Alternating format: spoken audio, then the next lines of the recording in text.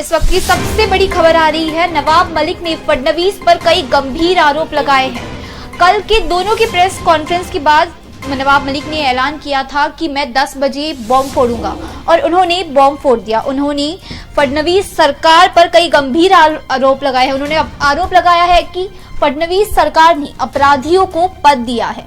रियाज भाटी, जिनका अंडरवर्ल्ड से संबंध है, इनका नाम लिया है नवाब मलिक ने। नवाब मलिक ने रियाज भाटी का नाम लिया है, जिनका वो अंडरवर्ल्ड से संबंध बता रहे हैं। नवाब मलिक ने कहा कि पूरे देश में जाली नोट फैला रखा है।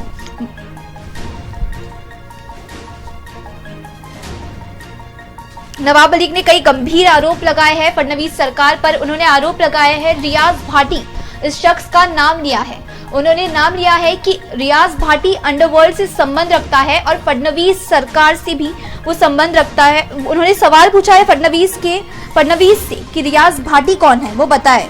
फडणवीस के कार्यक्रम में रियाज भाटी शामिल रहते थे। रियाज भाटी का अंडरवर्ल्ड से संबंध बताया जा रहा है। जाली पासपोर्ट केस में भी रियाज भाटी को आखिर क्यों छोड़ा गया? उन्हें पकड़ा गया था, लेकिन आखिर उन्हें क्यों छोड़ दिया गया? उन्होंने रियाज भाटी का नाम लिया है। नवाब मलिक ने कहा है कि रियाज भाटी अंडरवर्ल्ड से संबंध रखते हैं और उनका आखिर फडणवीस सरकार से क्या ताल्लुकात है। ये सारे आरोप आज नवाब मलिक ने प्रेस कॉन्फ्रेंस के दौरान लगाए। आधे घंटे का ये प्रेस कॉन्फ्रेंस था। इस दौरान उन्होंने फडणवीस सरकार के सारे पोल खोले हैं। उन्होंने पहले भी कहा था कि मैं दिवाली के बाद बॉम्ब फोड़ूंगा। आज उन्होंने ये आरोप लगाया है। आपको बता दें कि आधे घंटे में कुछ ही देर बाद भाजपा के नेता आशीष शेलार भी प्रेस कॉन्फ्रेंस लेने वाले हैं। वो भी एक प्रेस कॉन्फ्रेंस करेंगे। उसके बाद वो क्या बोलते हैं, देखने वाली बात होगी। इस वक्त हमारे सहयोगी राहुल शुक्ला जी हमारे साथ जुड़े हुए हैं, तो आइए जानते हैं। जी शुक्ला जी। जी तृप्ति, जिस तरीके से आज नवाब मलिक ने प्रेस कॉन्फ्रेंस करते हुए फिर से आरोप प्रत्यारोप का दौर शुरू कर दिया है। राजनीतिक अटकलें जो है वो लगातार बढ़ती जा रही हैं और इन सब में अब ये देखा जा रहा है इस पूरे ड्रग कनेक्शन का नवाब कौन है, क्योंकि जिस तरीके से नवाब मलिक ने आज देवेंद्र फडणवीस के जितने भी कल लगाए हुए आरोप को खारिज करते हुए देवेंद्र फडणवीस और भारतीय जनता पार्टी पर ही ड्रग्स कनेक्शन को लेकर उनके साथ जो है संबंध जोड़े हैं। उन्होंने आज शुक्ला जी, रियाज भाटी जिसका लगातार नवाब मलिक ने नाम लिया अपने प्रेस कॉन्फ्रेंस में, इसके बारे में हमारे दर्शकों को बताइए कि ये रियाज भाटी आखिर है कौन, जिनका नाम लिया है नवाब मलिक। जी तृप्ति, रियाज भाटी ये वही शख्स है जिनके अंडरवर्ल्ड कनेक्शन दाऊद इब्राहिम के साथ पूरे जो कनेक्शन है और ये लगातार इनके साथ जाली नोट जो है वो इनके कारोबार में फंसे हुए थे और इस पे लगातार वो इनके ऊपर कई मामले भी दर्ज है। अब ये इनको जमानत पे रिहा कर दिया गया है और देवेंद्र फडणवीस की सरकार में इनके कई ऐसे फोटोज हैं जो भारतीय जनता पार्टी के नेताओं के साथ में जुड़े रहे हैं। नवाब मलिक ने ये आरोप लगाया है कि वीवीआईपी जो टिकट होती है वो रियाज भाटी को कैसे मिला, मोदी के साथ उन्होंने फोटो कैसे खिंचवाए, देवेंद्र फडणवीस के साथ कैसे फोटो खिंचवाए, क्योंकि इस तरीके के लिए फोटो के लिए कई वीआईपी जो सुविधाओं के अनुसार लोगों को ही मिलती है, लेकिन वो जो टिकट है वो रियाज भाटी को कैसे मिले। रियाज भाटी पर मुंबई में कई ऐसे मामले दर्ज है, उनके ऊपर कई ऐसे क्रिमिनल रिकॉर्ड है और उन पर वसूली को लेकर और नकली नोट को लेकर संबंधित कई ऐसे मामले उन पर दर्ज है। लेकिन आपको बता दें, रियाज भाटी हाल ही में उनको जमानत मिली है। जमानत के बाद वो बाहर है, लेकिन लगातार उनसे मुंबई पुलिस जो है उनसे निगरानी में है, उनसे पूछताछ जारी है।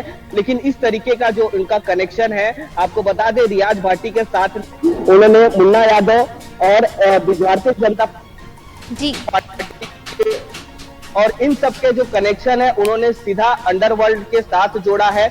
और उन्होंने कल इसी को लेकर कल ये भी बात कही थी कि इन्हें हॉस्टेज करके रखा गया है। जब भारतीय जनता पार्टी की सरकार थी तो उस दौरान मुंबई शहर को हॉस्टेज किया गया था। ऐसा ही हालत जो है अंडरवर्ल्ड के साथ नवाब मलिक ने फडणवीस सरकार पर कई गंभीर आरोप लगाए हैं, जैसा कि आपने बताया अभी कि रियाज भाटी का नाम लिया है। उन्होंने कई अंडरवर्ल्ड से जुड़े हुए लोगों का नाम लिया।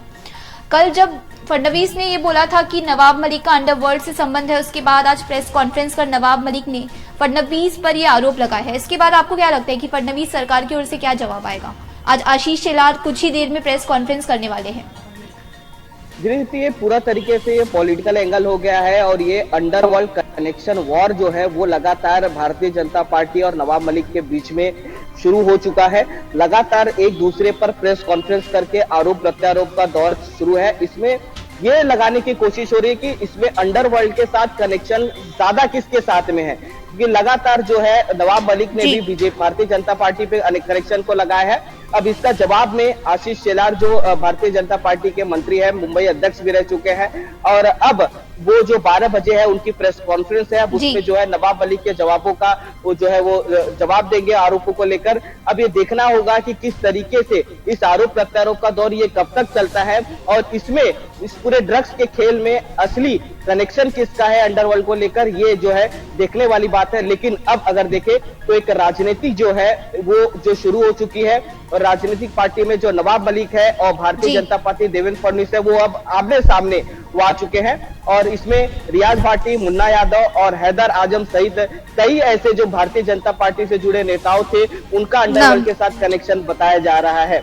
आपको बता दें नवाब मलिक के ऊपर जो सलीम पटेल के साथ जोड़ा जा रहा था, सलीम पटेल की जो है नवाब मलिक ने बताया कि उनकी कुछ दिनों पहले ही उनकी मौत हो चुकी है, और 2005 में जिस तरीके से देवेंद्र फडणवीस ने आरोप लगाया कि वो मंत्री थे, उन्होंने ये साफ कर दिया कि मैं कोई भी मंत्री ऐसे नहीं थे, और जिस तरीके से जो व्यापारी के आरोप लगाए थे उस पर भी उन्होंने सफाई दी है कि मेरा किसी के साथ अंडरवर्ल्ड के साथ कोई ऐसे संबंध नहीं है, अंडरवर्ल्ड के कनेक्शन जो है भारतीय जनता पार्टी के साथ में है। जी शुक्रिया शुक्ला जी हमारे साथ जुड़ने के लिए और हमारे दर्शकों को ये महत्वपूर्ण जानकारी देने के लिए। आपको बता दें कि आज नवाब मलिक ने 10 बजे अपना हाइड्रोजन बॉम्ब फोड़ा है। उन्होंने देवेंद्र फडणवीस पर, महाराष्ट्र के पूर्व मुख्यमंत्री देवेंद्र फडणवीस पर कई गंभीर आरोप लगाए हैं। उन्होंने डायरेक्ट दाऊद इब्राहिम से संबंध बता दिया, दाऊद इब्राहिम के खास रियाज भाटी से संबंध बताया है। उन्होंने गंभीर आरोप लगाए हैं कि देवेंद्र फडणवीस के साथ कई पार्टियों में रियाज भाटी को देखा गया है।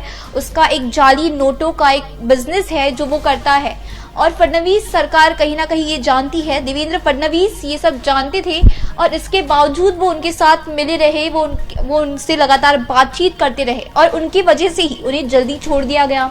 वो जमानत पर जल्द ही रिहा हो गए।